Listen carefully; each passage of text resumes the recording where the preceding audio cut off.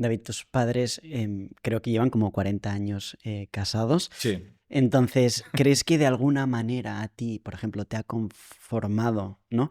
El hecho del vínculo matrimonial de Mm. tus padres y de qué manera también afectaría a otra persona que quizá probablemente habrás visto en consulta, el hecho de que, pues, el padre pues a muy temprana edad se va, o la madre, etcétera. O sea, ¿podrías hablar de cómo nos conforma a nosotros ya desde los 3 5 años, como has hablado Sí, antes, pues la figura paterna, etcétera? sí.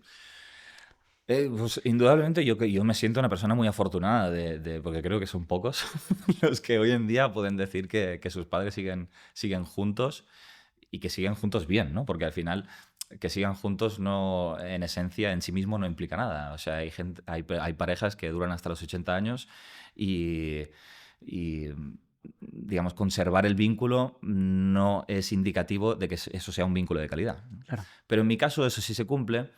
Y creo que eso me da un poco la posibilidad, me da la seguridad o la tranquilidad de saber que yo puedo encontrar algo parecido, ¿no? Y lamentablemente cuando una persona no ha tenido esos recursos o no ha tenido un poco ese contexto vital, que en esencia lo que todo niño o niña necesita es pues, un ambiente emocional de seguridad, de tranquilidad, donde se pueden establecer pues, un apego saludable. Y claro, cuando hay conflictos entre padre y madre, pues eso dilapida directamente lo que tú supuestamente tienes que recibir, ¿no? O sea, al final, cuando dos padres están bien, cuando dos padres tienen una relación saludable, pueden destinar la atención y el tiempo a sus hijos. Pero cuando ellos están mal, el foco de su atención está más en cómo resolver esos conflictos o en cómo gestionarlos que lo que realmente importa, ¿no? Lamentablemente yo te diría, Luis, que estamos en una sociedad donde el mal principal, o uno de los males principales, es la ausencia paterna.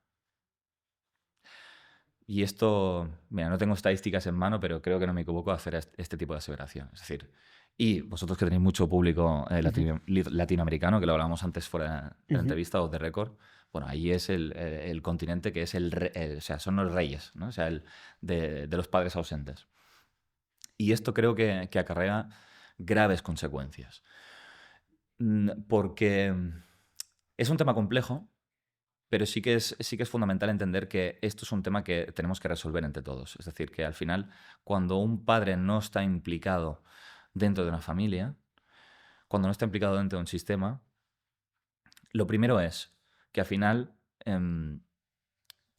nos encontramos con familias monoparentales donde solamente está la madre tratando de llevar adelante una situación pues que en ocasiones es muy dura y esa madre indudablemente incurre porque el contexto la empuja a ello, incurre en una protección excesiva hacia los hijos.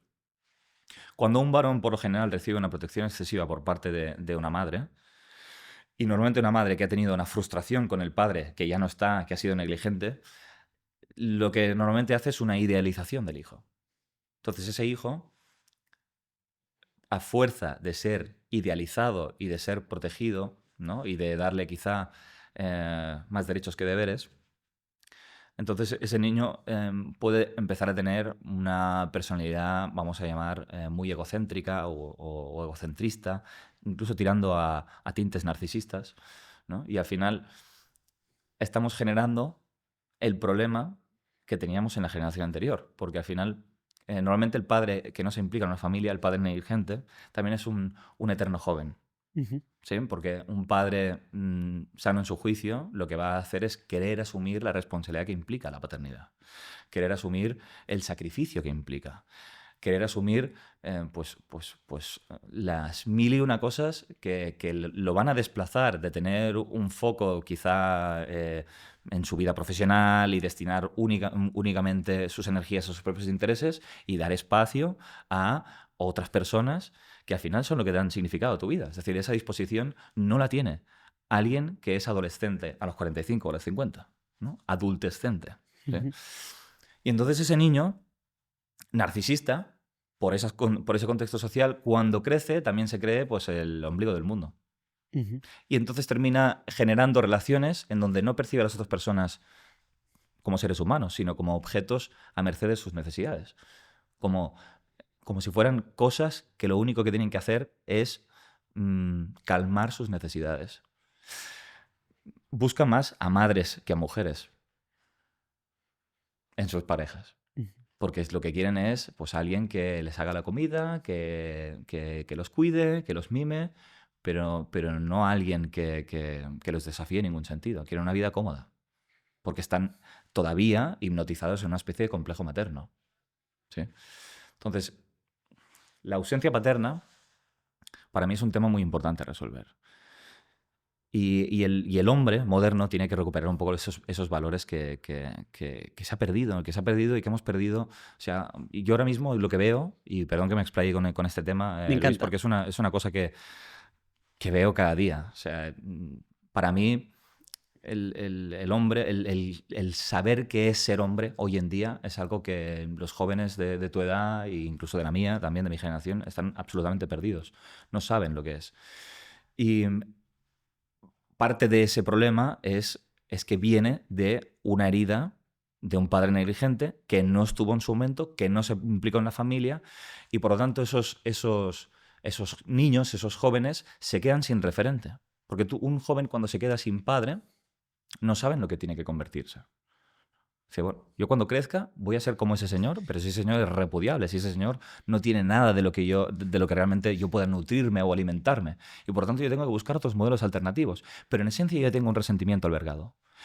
Y en cierto modo, un resentimiento hacia el padre también recae en un prejuicio hacia mí mismo. Por compartir su cuerpo y por compartir su sexo y porque al final, en esencia, yo soy un hombre igual que él. En la medida en que lo castigo y estoy enfadado con él, también siento que eso repercute negativamente en mí. Y normalmente son hombres que tienen muy poca autoestima, son hombres que no tienen ningún tipo de propósito en la vida o están muy desorientados, y que de alguna manera, por rechazo al padre, lo que quieren es ser hombres muy sensibilizados con los problemas de la mujer, hombres que tienen quizá una empatía, ¿no? Ahora hablo de un espectro de hombres. ¿No? La negligencia del padre puede recaer en muchísimas consecuencias. Y una de ellas es esta, ¿no? La del el perfil del hombre, que lo que compra para sí mismo, ¿no? Volviendo un poco al tema de la personalidad y del ego que conformo, lo que yo compro para mí es una personalidad más afeminada, lejos de lo que representa mi padre, en donde afeminada en el sentido de ser alguien como muy condescendiente, empático, nutridor, cálido, Ujú. cercano, ¿no? Con interés por el dolor ajeno, Ujú. y que eso son proezas y son cualidades muy loables, pero que en extremo, si yo solamente me defino para eso, yo no puedo pensar en mí mismo, no puedo pensar en mis intereses. Me falta cierta dosis de egocentrismo para saber qué identidad quiero construir para mí, hacia dónde quiero dirigirme, ¿no? Si solamente pienso en lo que necesitan los demás van a dirigir cuál es la dirección de mi vida. Y son normalmente hombres que se ven impelidos a subsanar los dolores, las heridas o las dolencias de las mujeres de su vida, ya sean parejas, madres o lo que sea, ¿no? Y se ven muy abrumados por toda esa demanda, porque no saben ponerle límites, en contraposición al abandono del padre, ¿no? Tú no supiste atender todo eso, entonces yo lo voy a hacer, porque yo soy un hombre de mejor categoría. Y ese perfil de hombres indudablemente llega a un punto en el que tienen que hacer las paces, en términos psicológicos, una reconciliación con ese padre que no estuvo. Porque al final lo que yo necesito para crecer es empezar a desestimar las demandas femeninas, para poder encontrarme. ¿Sí? Este punto siempre llega. Yo puedo rechazar al padre por lo que hizo. Puedo construirme como hombre en oposición a él y tener la consideración hacia mi madre y hacia las mujeres que él no tuvo. ¿Sí? Pero eso, si me mantengo ahí, eso va a jugar en mi contra en algún punto. Ujú. Entonces, para poder cambiar mi relación con lo femenino y con las mujeres, yo voy a tener que reconfigurar internamente mi recuerdo con el padre. Voy a tener que hacer las paces o una reconciliación con mi propio pasado. Y empezar a extraer esos elementos positivos que hasta entonces no veía por mi resentimiento y por mi juicio y que tengo que empezar a limpiar para poder rescatar lo bueno que hay en él. y entonces quizá puedo alimentarme de cierta dosis de egocentrismo que me puede venir bien para reconducir mi vida. Ese es un perfil de hombres muy claros. Pero luego está el hombre que precisamente como incurre en esa sobreprotección por parte de la madre y en ese narcisismo exacerbado, pues entonces son hombres que no quieren asumir ningún tipo de responsabilidad. Son hombres que no tienen compromiso.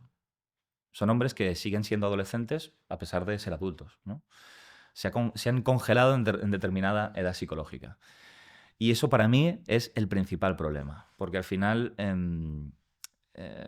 ese tipo de hombres, como digo, así como el primer perfil puede tener más implicación dentro de la familia, estos no tienen ninguna. Y cuando hay realmente dificultades, cuando hay periodos de crisis, cuando hay momentos en los que realmente necesitas a alguien que tenga la fortaleza y la determinación para sobrellevar las adversidades y las circunstancias negativas, esos hombres son incapaces. Ujú. Rehuyen de las responsabilidades. Hay muchos hombres que cuando la mujer se queda embarazada no saben gestionar esa situación y se van de las familias. Se van, huyen directamente de la responsabilidad que eso supone. Y cuando un hombre se queda sin los referentes culturales que realmente debería tener y que la cultura le debería conferir como el padre que se tiene que convertir, es un hombre abandonado. Y eso es un problema de nuestra sociedad, que estamos absolutamente desconectados, tanto de lo que es los referentes, vamos a llamarle atávicos, ¿no? Como pueden ser ya no solamente la religión en términos más espirituales, más en sistema de valores, e incluso la mitología que podemos rescatar de muchas de las obras literarias más importantes. Nos hemos desconectado de eso, que ya no nos da unas pautas guía sobre cómo tenemos que ser como hombres y en qué tenemos que convertirnos. ¿Sí? Y cuando hay esa desconexión con lo de arriba, ¿no? con ese código moral o con ese código ético, y encima no hay un hombre al cual yo pueda referenciarme, porque si no hay ese hombre, la cultura quizá podría proporcionarme esos valores, pero si no tengo ni una cosa ni otra, me quedo absolutamente en tierra de nadie. Ujú. Y ese es uno de los grandes problemas que acaecemos como sociedad.